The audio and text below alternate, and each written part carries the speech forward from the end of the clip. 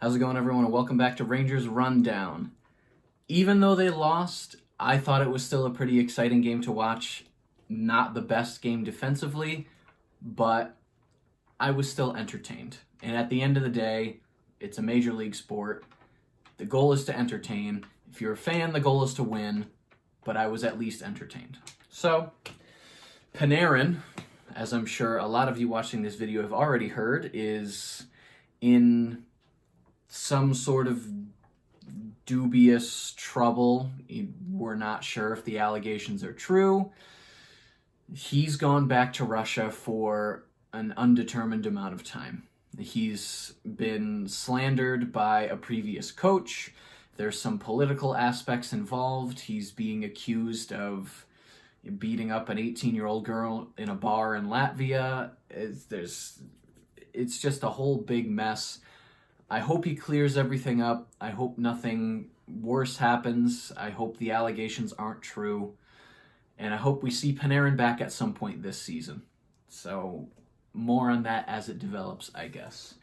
Kakko and Miller are both in COVID protocol, so neither of them played tonight. The lineup, Lafreniere, Zibanejad, Buchnevich, so Lafreniere gets some time on that top line. Kreider, Strome, and Blackwell for the second line. Lemieux, Howden, Gauthier on the third. Di Giuseppe, Rooney, and Brodzinski is in the lineup in place of Panarin. On that fourth line, Lindgren, Fox, Johnson, Smith, and then Hayek, Boteto. Shesterkin was in net, and he played pretty well. First period, 4 early chances for Philadelphia. They came out of the gate hot, and they tested Shesterkin early, but he was able to stop that early onslaught. Kreider had a great early chance off of a Strome pass. That was kind of foreshadowing what he would do in the rest of the game. Then there was about 2 solid minutes of pressure from Philadelphia in the offensive zone. It was very scary because they got a few of their players back from COVID. The first time these two teams played, I think they had 6 or 7 players out on COVID protocol. And tonight, I know Voracek was still out on COVID protocol. I think maybe 1 or 2 other players, but they had a few of their key players back in the lineup tonight. So it was a scarier looking Flyers team. 5:31, Rangers take a too many men on the ice penalty. 5th ranked penalty kill, though. I mean, tonight was the most power play goals they've let up in a long time, but the penalty kill still looked decent. Rough night tonight for them, but there's always going to be a rough night. But they killed off that first penalty of the game, making them 32 out of 33 over the past, I think it was 9 games. So pretty good up until that point. 7:41, Gustafsson would score a goal. It was a point shot that got through, beat Igor, so it's 1-0 Philadelphia. 9:28, Couturier takes a holding penalty, and 4 seconds into that power play, Kreider would score a power play goal. 4 seconds in. It was a rebound off of a slap shot. The slap shot came in, bounced off the pads, resting right in the crease. Kreider was there. He was able to put it in, tied 1-1. 14:13, Brodzinski takes a slashing penalty. On that penalty kill, Zibanejad had a shorthanded break, but Elliott would stop him, and it wouldn't be the first time tonight Zibanejad had a shorthanded breakaway. 15:31, Patrick would score a power play goal for Philadelphia, putting them up 2-1. 16:20, Aube-Kubel would take a holding penalty. Blackwell had a net front chance. He didn't get enough of his stick on it to put it past Elliott. And Strome hit the post on that power play as well. So end of the first period, shots are 15-9 Philadelphia, and Philadelphia controlled play pretty much throughout the first half of that period, but the second half of that period, Rangers started to push back, and you could tell they really wanted to be in this. Moving into the second period, a little less than 3 minutes in, Smith takes a hooking penalty, but Van Riemsdyk would score a power play goal on that power play. So Philly's up 3-1 early in the second. 7 seconds later, Gauthier takes a high sticking penalty, so Philadelphia goes back on the power play after it had scoring their power play goal. They're back on the power play. And then 22 seconds later, Buchnevich would take a delay of game penalty, put it right over the glass. So now the Flyers have 1 minute and 38 seconds of 5-on-3 time. And wouldn't you know it, the Rangers kill it off. I'm sitting there watching. It's already 3-1 Philly. I'm thinking, 5-on-3s, normally the team scores. So I'm just waiting for it to go up 4-1 and just kind of lazily watch my way through the rest of the game. But the Rangers proved me wrong. They would kill off that 5-on-3. Huge glove save on Gostisbehere by Igor, and it was just a huge kill in general. Gave the Rangers a little bit of momentum to put themselves back into this game. 7:31, Bunnaman takes an interference penalty, and then about 30 seconds into that power play, Kreider would score another power play goal, his second of the night.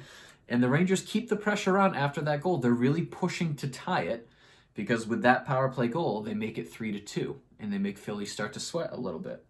But at 14:37, Hayes would score a goal, and it was a pretty impressive goal. It was low, it was an awkward angle, but he was able to get it past Igor, and props to him for scoring that goal. Puts him up 4-2. 15:37, Lindgren would take a delay of game penalty, the Rangers' second delay of game penalty of the period, so you don't like to see that. But nothing would happen. Penalty kill would be good. 18:29, Twarynski would take a boarding penalty, but that power play would not be successful, and that would leak into the third period. 3.5 minutes into the third period, Kreider would score his hat-trick goal of the night. Wasn't on the power play. Would have been nice to see a hat trick, all power play goals, but he was able to score his third goal of the night, his third hat trick of his career. I'm pretty sure I'm remembering that right. Third hat trick of Chris Kreider's career, and it's been a while since he scored one. I think, if I'm remembering the graphic correctly. I could be completely remembering that wrong, but I know it's his third hat trick. That I know, I think. So now it's 4-3. 4-3, Flyers are up only by 1 goal, and it's early in the third. Rangers have an entire period to tie it up, and they tried. They had their chances to. 7:28, Fox almost tied it, but Elliott was doing well tonight. And I know he's an older goalie in the league, but he was doing really well. 8:08, Shesterkin would stop a breakaway from Raffl, 9:15, Farabee would take a hooking penalty. And then shortly after that penalty expires, Farabee would have a really good break on Shesterkin, but he would stop it. And then shortly after the Farabee break, Giroux would hit the post. So Flyers are getting very dangerously close to getting up 5-3 and making it almost impossible for the Rangers to come back. But Shesterkin stood on his head to keep the Rangers in this. 14:22, Bitetto would take a hooking penalty, and Zibanejad's second shorthanded breakaway of the night, but Elliott would say no for the second time. So Zibanejad 0-2 on shorthanded breakaways. They pulled Igor 2 minutes left, but unfortunately they wouldn't be able to get it in, and the Rangers would fall to the Flyers 4-3. A valiant effort, like I said, an entertaining game to watch, but the Rangers would end up coming up short. Shots 39-27 in favor of Philly. Face-offs, 36.4% for the Rangers, but, they almost came back and tied it, so it's not how many face-offs you win, it's which face-offs you win. So, power play went 2 for 5 tonight. Power play looked really good. It's been stale for a very long time, but they were able to come back tonight. Hits 21-25 in favor of Philly, and blocks 18-10 in favor of the Rangers. No trivia question tonight, as it was on NBC instead of MSG, so I have no trivia question for you. Apologies for that.